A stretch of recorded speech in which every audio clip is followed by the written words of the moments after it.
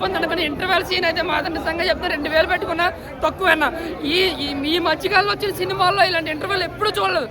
బాలయ్య సినిమాల్లో ఎన్ని ఇంటర్వెల్ ఉంటాయి అన్ని ఇంటర్వెల్ కలిపి కొడితే ఎలాగుంటుందో నిజంగా అంత బాగుంటుంది. ఇంటర్వెల్ సీన్ మాత్రం నిజంగా ఒక్క సీన్ కోసం మాట్లాడుకోవచ్చు. ఇంకా సెకండ్ హాఫ్ కోసం అనుకుంటే మెయిన్ సినిమా అంతటి కూడా డైలాగ్ని హైలైట్ చేశారు. మొత్తం అంటే డైలాగులతో సినిమాని తీసుకెళ్దాం అనుకున్నారు. అక్కడక్కడ మాసి ఫైట్లతో చాలా ఇంప్రెస్ చేశారు. బట్ సినిమా ఎంతమందికి నచ్చుతుందో ఎంతమందికి నచ్చుతుందో తెలియదు కానీ అంటే నో లాజిక్ ఓన్లీ మ్యాజిక్ అన్నది మాత్రం పక్కగా వర్కౌట్ అవుతుంది.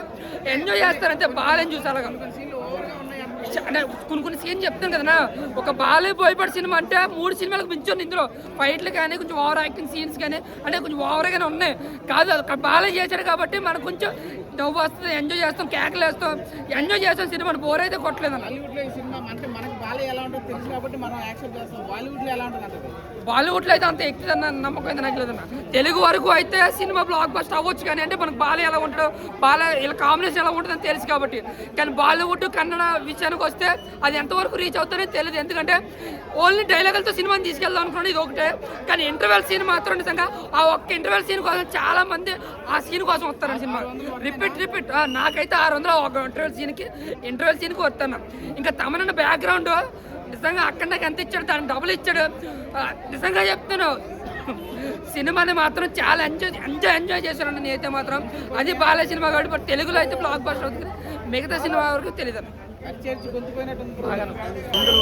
దైవభక్తి, దేశభక్తి, కర్తవ్యనిష్ట, నిష్కామకర్మ ఇది అసలు భారతదేశంలో ఇవాళ రగులుతున్న కాంటెంపరీస్ ఇష్యూ మధ్యలో ఇది ఖచ్చితంగా దీనికి దర్పణం పడుతూ మన దేశాన్ని మన ధర్మాన్ని దేహం కోసం కాదు దేశం కోసం ధర్మం కోసం నిలబడడం ఎలాగో ఈ సినిమా చూస్తే ప్రతి ఒక్కరికి తెలుస్తుంది.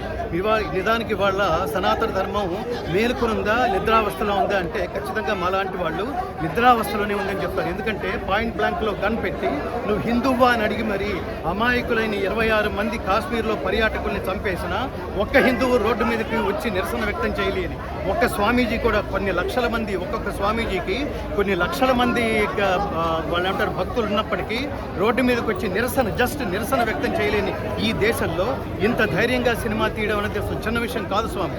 ఈ దేశం మీద ఏగవాలితే ధర్మం మీద ఏగవాలితే దేశం మీద ఏగవాలితే భరించని ఒక దేశభక్తుడైన ఒక అఖండ కథ ఈ సినిమా.